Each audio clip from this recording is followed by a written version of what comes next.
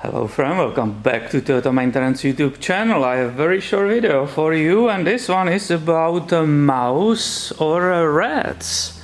This vehicle came for a engine oil change, which we performed, and we saw here in the engine bay maybe a little bit, it's already wiped off, and maybe a little bit of like a mice pee or something. We can see it's still here. We didn't clean that. If you look here, it looks like a pee, right? It's some kind of fluid, and these are the things you keep looking all the time for.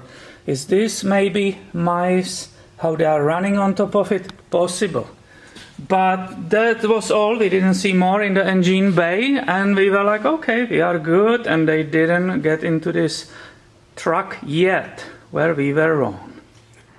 Unfortunately, we are taking the maintenance seriously, so we replaced recently this cabin filter, right? You see the side is still nice and new, but when I pulled it out, look what was inside.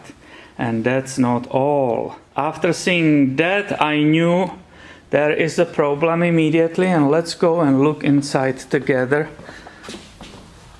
in the area where the cabin filter is installed.